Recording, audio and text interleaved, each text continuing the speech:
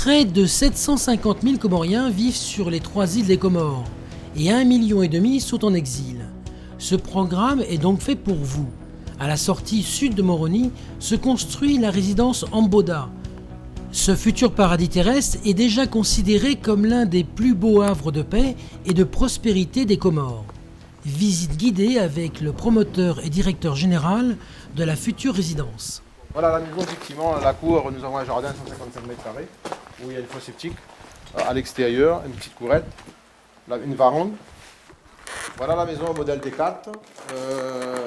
Répartie, un salon, une salle à manger, une cuisine, 2 chambres, une salle de bain. La partie basse, 110 m² avec terrasse. Et la partie haut, 52 m². Dans la superficie totale, 652 m². Toutes les maisons sont de la même surface. Les répartitions sont différentes.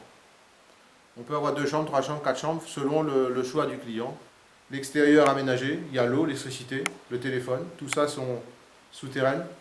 L'eau, il est servi par un château d'eau. L'électricité est servie par Mamoui, par défaut, nous avons une petite centrale à l'intérieur. Le téléphone est souterrain, toutes les câbles sont là.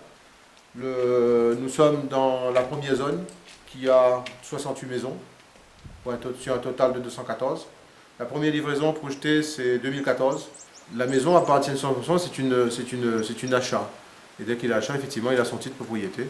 Tous ces documents qui montrent bien que la maison appartient à la personne qui l'a achetée. Est-ce qu'il y aura des charges supplémentaires? Alors, la charge d'entretien, bien sûr, comme dans tout lotissement, à long terme, effectivement, il y aura. Vous savez bien qu'il y a un syndic pour la gestion de lotissement interne. Mais comme vous voyez, la construction est faite d'une manière, effectivement, au moins 10 ans, n'a pas d'intervention sur les travaux. Il n'y a pas de débordement de toiture, la maison est construite totalement en béton. L'intérieur est fait en placo, les menuiseries sont en aluminium, il n'y a pas de bois, et il n'y a pas de produits dégradables. C'est une construction qui est faite effectivement pour la durée. Le fait de construire avec les briques, le fait de construire avec le béton, le fait avec la tôle de Galva peint de face, la charpente est faite en panne métallique Galva. Les menuiseries intérieures comme l'extérieur sont faites en aluminium. Il n'y a pas de produits dégradables. Les routes intérieures sont à 4,50 m, les grandes voies sont à 9 m, sont toutes en béton. L'alimentation en eau et l'électricité sont encastrées, ce sous-sol.